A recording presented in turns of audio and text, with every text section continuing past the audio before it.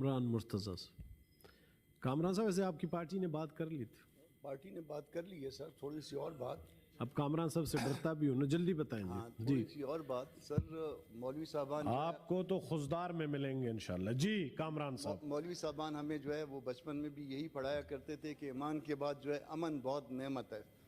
ایمان تو ریاست نہیں دے سکتی، ایمان تو حکومت نہیں دے سکتی، امن تو ریاست دے سکتی ہے نا سر، امن تو حکومت دے سکتی ہے۔ تو اس وقت مسئلہ جو ہے امن کے حوالے سے ہے۔ ہمیں کہا گیا تھا عدالتوں میں کہ 8 فروری کے حوالے سے ماں سوائے اپنی بیوی کے اور کسی سے بات نہیں کرنی۔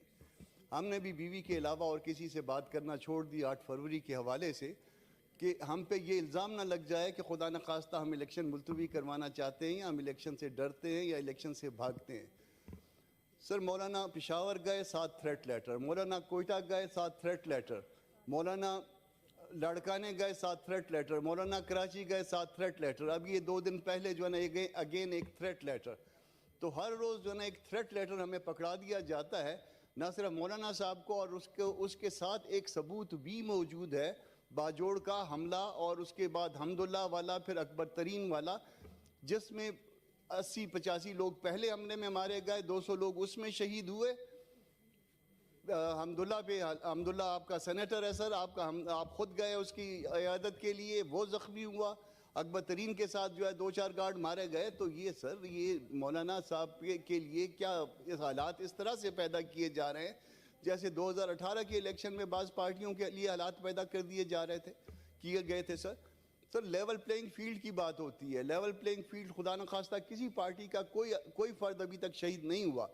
میں نہیں کہتا کہ اللہ کرے کہ وہ کوئی ایسا واقعہ ہو ان کے ساتھ، وہ کبھی شہید نہ ہوں، کبھی وہ اپنی نیچرل ڈیتھ مریں اور اپنی عمر پوری کر کے جائیں، مگر اس طرح سے ہر روز جنازے اٹھانا، ہر روز اٹھانا، کیا یہ الیکشن کا ماحول ہے سر؟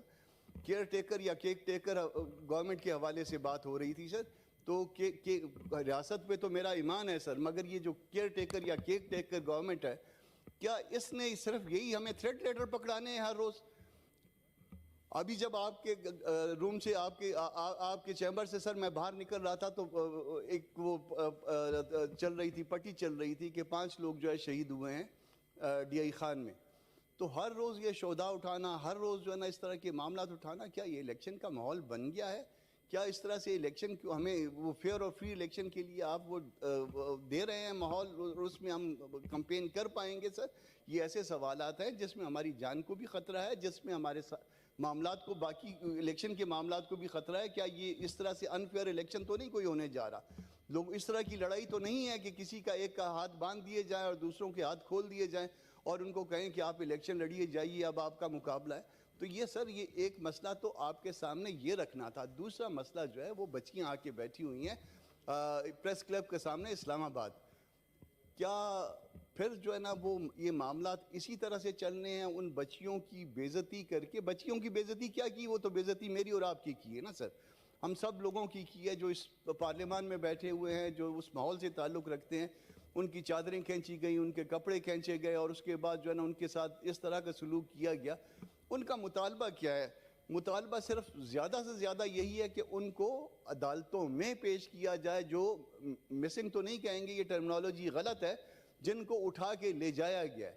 اور وہ اٹھا کے لے جایا گیا والا مطالبہ کوئی ایسا اگر غلط ہے، کوئی دستور کے منافی ہے، تو پھر تو جو ہے نا ہم سارے جو ہے نا وہ اس طرف آگے کھڑے ہو جاتے ہیں، ان کے خلاف کھڑے ہو جاتے ہیں۔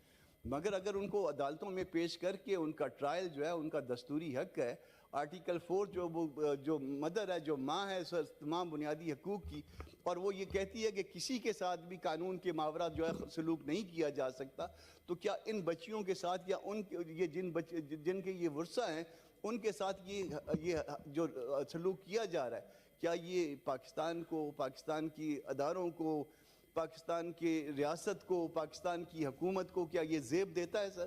یہ جو ہے ایک پیغور ہے، ایک ایسی لعنت ہے ہمارے اوپر جو ہمارے ماتھے پہ جو ہے لگی ہوئی ہے، اور اس داغ کو شاید ہم نہ دھو پائیں سر۔ تو اس کو معاملے کو دیکھیے، اس کا نوٹس لیجئے، یہ سب سے بڑا ایوان ہے، وفاق کی نمائندگی کرتا ہے، اس معاملے کو دیکھیے، نہیں دیکھیں گے تو پھر خدا نخواستہ کوئی اور دیکھے گا۔ تھینک یو جی۔ آنریبل سینیٹر مولانا فیض